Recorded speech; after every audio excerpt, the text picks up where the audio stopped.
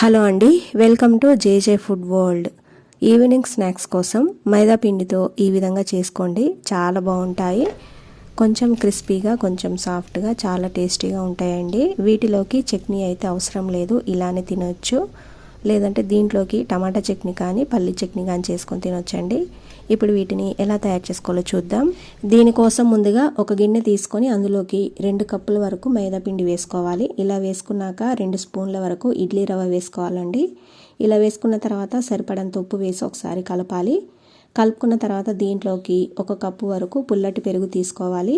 ఇలా తీసుకొని దీన్ని కొద్ది కొద్దిగా పోసుకుంటూ కలుపుకోవాలి. నీళ్ళు అవసరమైతేనే కలుపుకోవాలండి. నీళ్ళు ఎక్కువ పట్టవు, దీంట్లో 1 పావు కప్పు అయితే పడతాయి. ఇలా నీళ్ళను కూడా పోసుకుంటూ పిండిని ఈ విధంగా అయితే కలుపుకోవాలండి.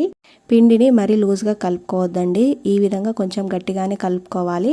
నానే కొద్ది ఇంకా కొంచెం లూజ్గా అవుతుంది కాబట్టి ఈ విధంగా కలిపి పెట్టుకుంటే సరిపోతుంది. ఇలా పిండిని బాగా కలుపుకున్న తర్వాత మూత పెట్టుకొని 20 నిమిషాల సేపు పక్కకు పెట్టుకోవాలి. ఈలోపు దీంట్లోకి 2 మీడియం సైజు ఉల్లిగడ్డలు, అలాగే 4-5 పచ్చిమిర్చి, 1 కొత్తిమీర కట్టని సన్నగా కట్ చేసి పెట్టుకోవాలి. 20 నిమిషాల తర్వాత మూత తీసుకొని దీంట్లోకి 2 చిటికెళ్ళంతా వంట సోడా వేసుకోవాలి. వంట సోడా ఎక్కువ వేసుకోవద్దు. ఇలా వంట సోడా వేసుకున్న తర్వాత దీంట్లో మనం కట్ చేసి పెట్టుకున్నవన్నీ వేసుకోవాలండి. అలాగే కొంచెం కరివేపాకును కూడా సన్నగా కట్ చేసి వేసుకోవాలి. ఇలా వేసుకున్న తర్వాత దీంట్లో 1 టీ స్పూన్ వరకు జీలకర్ర వేసి మరొకసారి దీన్ని బాగా కలపాలి. ఇలా కలుపుకున్న తర్వాత ఒక 5 నిమిషాల సేపు దీన్ని పక్కకైతే పెట్టుకోవాలి. ఈలోపు స్టవ్ పైన కడాయి పెట్టుకొని దీంట్లోకి ఆయిల్ పోసి వేడి చేసుకోవాలి. ఆయిల్ కాగిందో లేదో ఒకసారి చూసుకోవాలండి. ఆయిల్ కాగిన తర్వాత స్టవ్ని సిమ్లో పెట్టి మనం కలిపి పెట్టుకున్న పిండిని ఈ విధంగా కొద్ది కొద్దిగా తీసుకొని వేసుకోవాలండి. ఇలా చిన్న చిన్న పునుగుల్లాగా అయితే వేసుకోవాలి.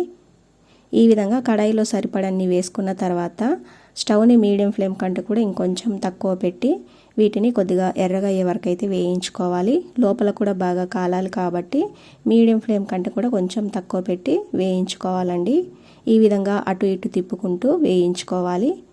ఇలా మంచి కలర్ వచ్చిన తర్వాత వీటిని ప్లేట్లోకి అయితే వేసుకోవాలండి. ఈ విధంగానే అన్నిటిని అయితే చేసి పెట్టుకోవాలి.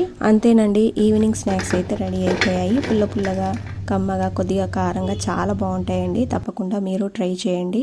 ఈ రెసిపీ నచ్చితే లైక్ చేసి షేర్ చేయండి. అలాగే నా ఛానల్ను సబ్స్క్రైబ్ చేసుకోండి. Thanks for watching.